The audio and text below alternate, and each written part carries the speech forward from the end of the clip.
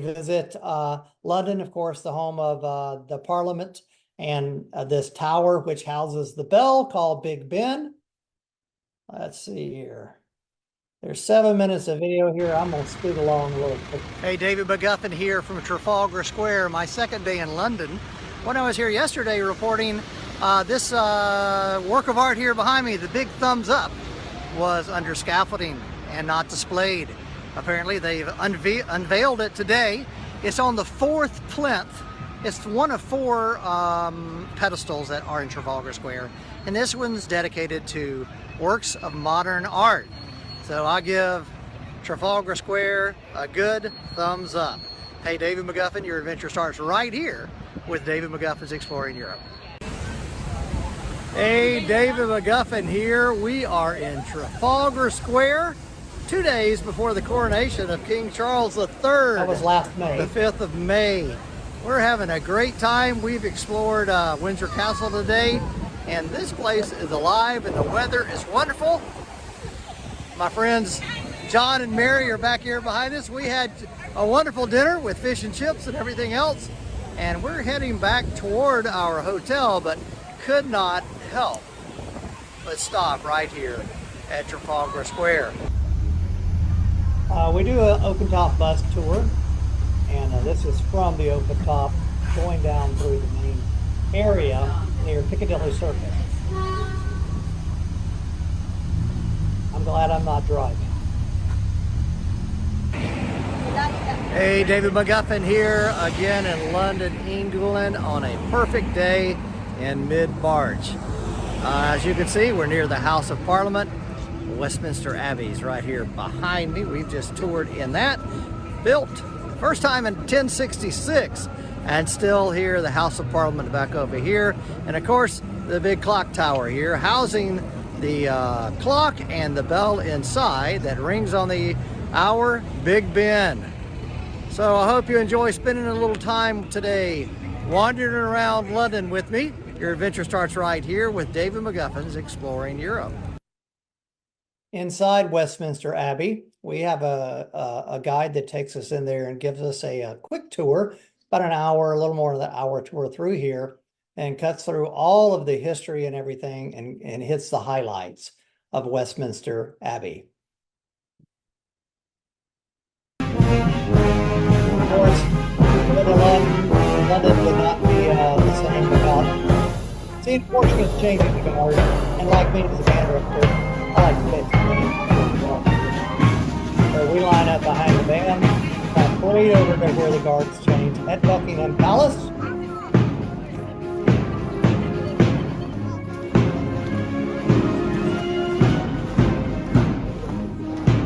I'll just give you one brief shot coming up here of Buckingham Palace with the crowds around it. And so it's almost impossible to get up to the gate, but you can see the regalia and everything from those barracks where they begin to. Hey, David McGuffin here at the Tower of London on a beautiful June day. Look at this weather. It is about close to 80 degrees, and we're looking down at the moat.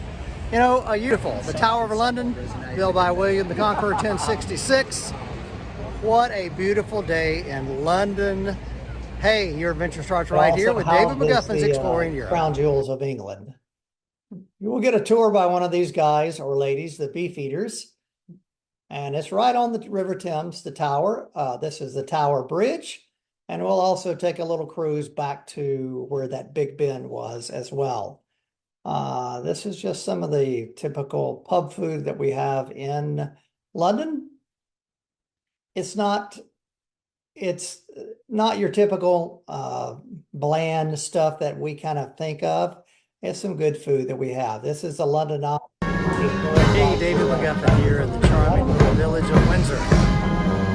We go out to Windsor, which is the official residence was of Queen Elizabeth. And I'm not sure if Dr. resides or not. But they also have a family guard every day as well. Hey, we're changing guards at Windsor Castle right here.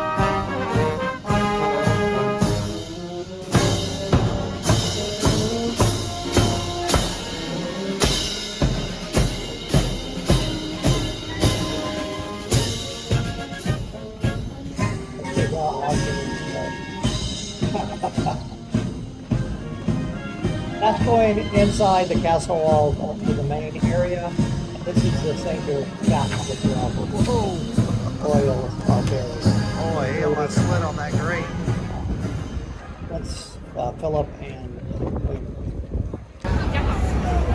across the river in the Southwark area, right across from the Tower of London, it's the Borough Market, which is famous worldwide for being a wonderful place. Go during the day and get fresh food to take home from cook, and also to show up and get a wonderful and affordable called the Borough Market near Southwark Church. That's spelled mouthwater. I've not been on the London Eye for a long time.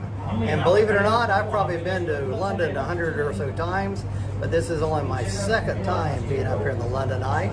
We're in the River Thames right here behind us. We're at the apex of this London Eye, the great, huge, almost Ferris wheel-like structure right here on the south bank of the River Thames. We're looking back up the river, and behind me is a whole lot of the structure. You can barely see right over here behind me a little bit of Parliament Hall and Westminster Tower back there with the flag flying. We'll do a lot of riding on their subway called the Tube. And you may want on your free day, you go out to the Harry Potter Warner Brothers studio. It's kind of nice. First time I'd ever been there, just this past year. And I was impressed. And it takes a lot for me to be impressed about a fictional character named Harry Potter.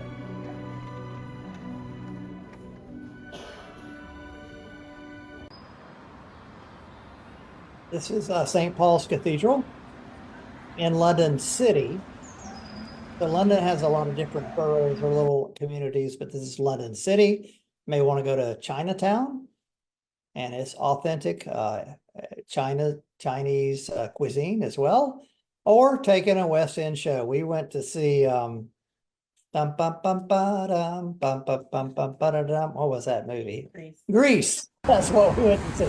Hey, we're right in the midst of our London and Paris tour.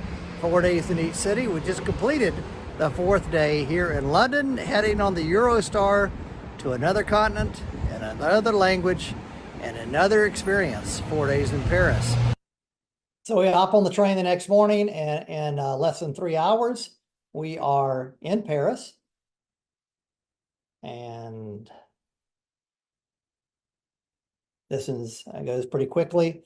A lot of people like to go to these places to get macaroons. This is La Doury on the Champs-Élysées. This is inside the big famous Louvre Museum, which is the castle of the kings and queens of France. Now it's for all the people to go into. Of course, the most famous work there, the Mona Lisa by Leonardo da Vinci. Up on the hilltop is called Montmartre, and the Mount of the Martyrs. And this is also the most famous church there, Notre Dame of Paris, which many of you probably know that the roof burnt down a few years back. And even as late as when I was there in June and July last year, there's still under construction. They're trying to make sure it's all finished by the time the Olympics show up later on this year.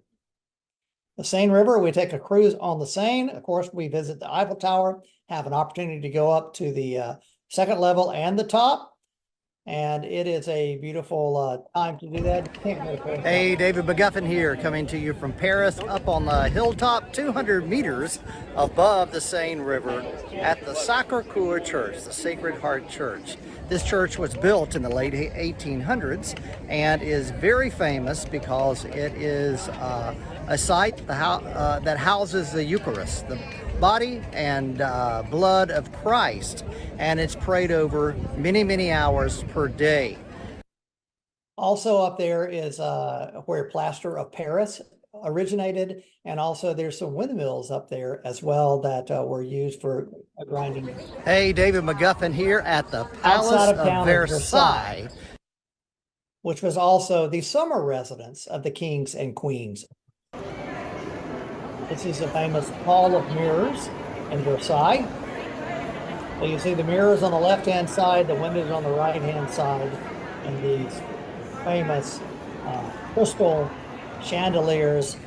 Okay, we finish up our little tour of Versailles here in the massive gardens that are, gosh, many, many, many acres that stretch on for a mile or more through here. Let me do a quick spin. Looking just up here behind me is all of the Hall of Mirrors and everything, looking out on this beautiful French gardens here.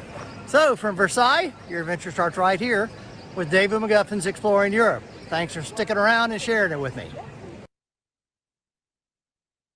I promise it's going fast now because I've been to Rome. I said I was somewhere 100 times. I bet I've been to Rome, 150 or more times. And so Rome is probably one of my favorite cities. Italy's definitely my favorite country. And this, of course, is the Colosseum in Rome. Famous, built in 80 AD. So this is, as you know, one of the most widely recognized icons of all of Europe.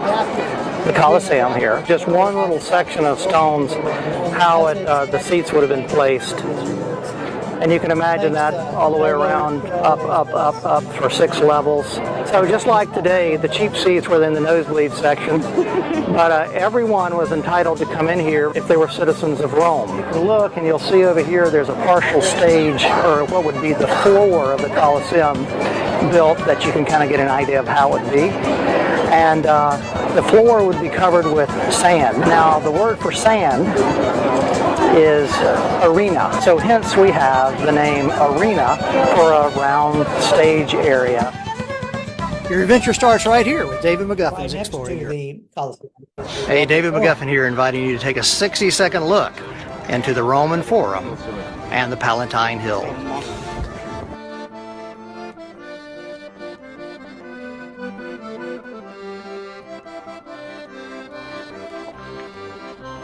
This is called the Palatine Hill. It's the hill where all the emperors had their palaces. And so there's successive layers of each emperor's palace, higher and higher and higher. But it's one of the 7 hills of Rome as well, Palatine Hill. Everything is built upon everything here. The Renaissance facade of this church, and the church itself, was all built inside this Roman temple. See how high the green door is up there? Mm-hmm. So in the 1400s, that was ground level here. So people walked into that church to worship there. Hey, from high above the Roman Forum on the Palatine Hill, your adventure starts right here with David McGuffin's Exploring Europe. This is the Pantheon downtown, also built around 79 AD. And it was a worship place for many, many gods. This is Pantheon Square, and actually this is Piazza Navona. We've got a booking. We have a reservation somewhere. Thank you. Ancient Roman chariot racing track. Now a Baroque city center with some statues and fountains by Bernini right there. So I guess now we're back to the Pantheon Square. And I'm not sure if that fountain's by Bernini or not, but chances are if you're in Rome, it does have an ancient Egyptian obelisk there. Which, of course, Rome conquered the Egyptians and floated many of them back to Rome and put them up. And then erected crosses on top of it to get rid of the pagan symbolism for Christian symbolism. This is inside the Pantheon. Of course, there's a hole in the top of it. And the Romans were the first to make a freestanding dome, which during the Middle Ages was totally forgotten how to construct until the time of Brunelleschi in the late 1300s, early 1400s up in Florence. I'm sorry, I did not realize there was so much about the Pantheon here, but I'm ad-libbing and practicing up on my tour guiding skills for coming up in April. Well, that's a beautiful photo. McGuffin here, still in Rome. So now we're at Piazza Navona. Back in the day, in the Roman Empire, in the 1st century AD, this was a stadium where athletic games were put on display. And I think that, so over the centuries, the name Avone, which means a stadium of athletic games, was kind of translated and transfigured into Navona, and it's become a Baroque center with this church behind me. It's called St. Agnes in Agony,